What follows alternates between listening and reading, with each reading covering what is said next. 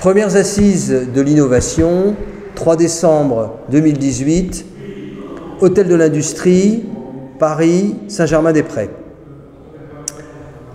Parmi nos intervenants, nous avions Lionel Canis, qui est un invité de Paul Robert, président de France Cluster, qui est membre du collectif Innovation, avec lequel nous avons préparé ces assises.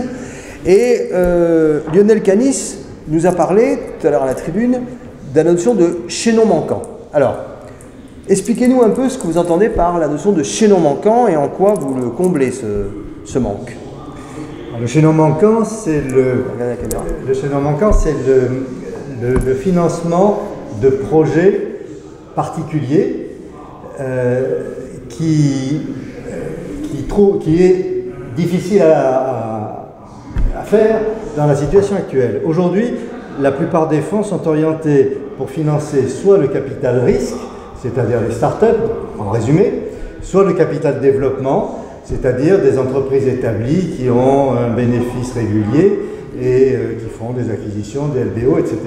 Et entre les deux, pour une entreprise qui a un nouveau produit innovant, qui a besoin de rentrer sur le marché, de se développer, d'être fabriqué et d'être commercialisé, là, on n'a pas de financement qui est prêt dans l'organisation habituelle de nos fonds.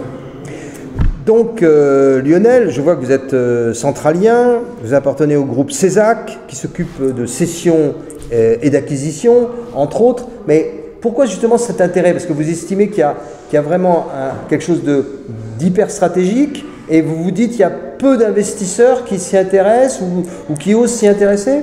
Voilà, c'est quelque chose que j'ai découvert sur le terrain, en travaillant avec les entreprises, et qui est, effectivement, je trouve que c'est très dommage à la fois pour l'innovation et pour l'économie française.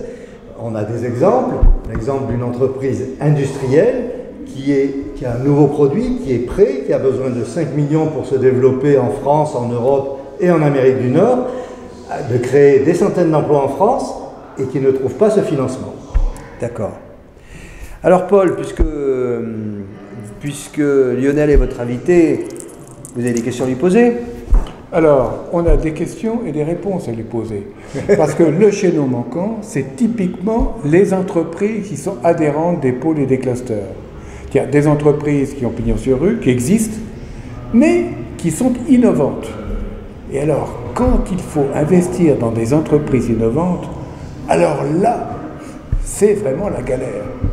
Et c'est pour ça que notre ami Lionel est en négociation avec des grands groupes financiers pour essayer de combler ce chaînon manquant. C'est vraiment intéressant. Mais alors, et vos autres activités alors? Vous vous spécialisez vraiment sur ce sujet?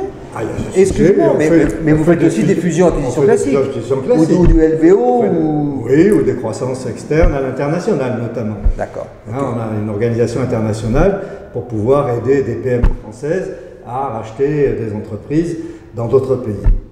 D'accord. Bien. Alors, est-ce que je peux ajouter quelque chose? Je vous en prie.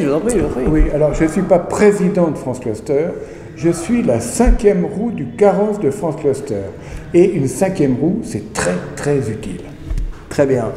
Mais on s'en est aperçu, puisque en fait, je répète, comme membre du collectif, vous nous avez aidé, plus qu'aidé, dans l'organisation de ces assises. Alors c'est une transition pour vous demander, ce sont les premières assises. Le problème est clair, on a dû limiter un sujet pareil, l'innovation c'est énorme. Donc on a limité à quelque chose qui est quand même dans quel bain sont plongés les innovateurs potentiels, dans les dimensions économiques, juridiques, fiscales, peut-être un peu sociologiques, etc. Et c'est ce que dans la journée d'aujourd'hui, dans l'après-midi et la soirée d'aujourd'hui, on essaie de traiter. C'est déjà fort copieux. Alors vous, en dehors de votre prestation à une des tables rondes, quelle est votre perception de cette journée qui se poursuit d'ailleurs actuellement? Comment vous voyez, je ne cherche pas des compliments. Mais bon, je peux vous en donner quand même.